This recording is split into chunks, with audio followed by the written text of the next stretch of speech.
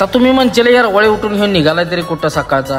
तर नमस्कार भावांनो, जय महाराष्ट्र. आपली गाडी भरली तुम्हाला तर माहिती आहे बेंगलोरवरनं मुंबईसाठी. मग काय सकाळ सकाळ घरातून उठलो बघा, मस्त अशा आंघोळ केली, आता निघालो. स्टार्टर मारला, घेतलं पहिलं ज्योतिबाचं दर्शन. ज्योतिबाच्या नावानं चांग भलं मारला टन गावात ना बघा. बरोबर पाऊस पडत असल्यामुळे सकाळी काय लवकर जागच आली नाही. काय सगळा खिंदुळत झाला राव. पार्टीला लागला फोन कराय. पावसानं बघा कसला राडा घातला. वर्षभराचा एकदाच पडतोय का काय, दुनियाचा पाऊस पडला होता राव. आताच्या चढणात आलं पावसानं परत गाठला एवढा. हे लय बेकार पाऊस राव. सगळ्यात भावानं पाणी साठलेलं असतं, त्यातनं हळू गाडी चालवत जाऊ. नाही तर सेन्सर मध्ये लेलंडच्या पाणी गेलं का नाही गाडी बंद पडते कुरकुर करून.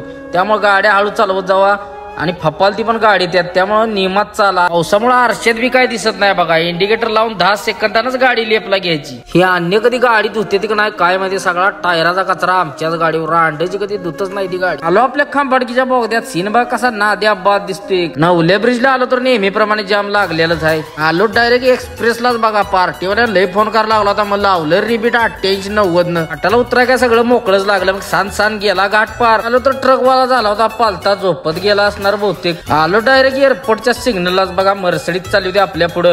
ती फाडली ना आलो गेटच्या आत. बॉन्डेड माल असल्यामुळे डायरेक्ट इमानापाशीच खाली होती. इंडिगोचं इमान बघा उडी मारायच्या तयारीत होतं. आलो बाहेर खाली करून. तर भावना कसा वाटला बघ, लाईक शेअर कमेंट करून सांगा. जय हिंद, जय महाराष्ट्र, जय श्री महाकाल.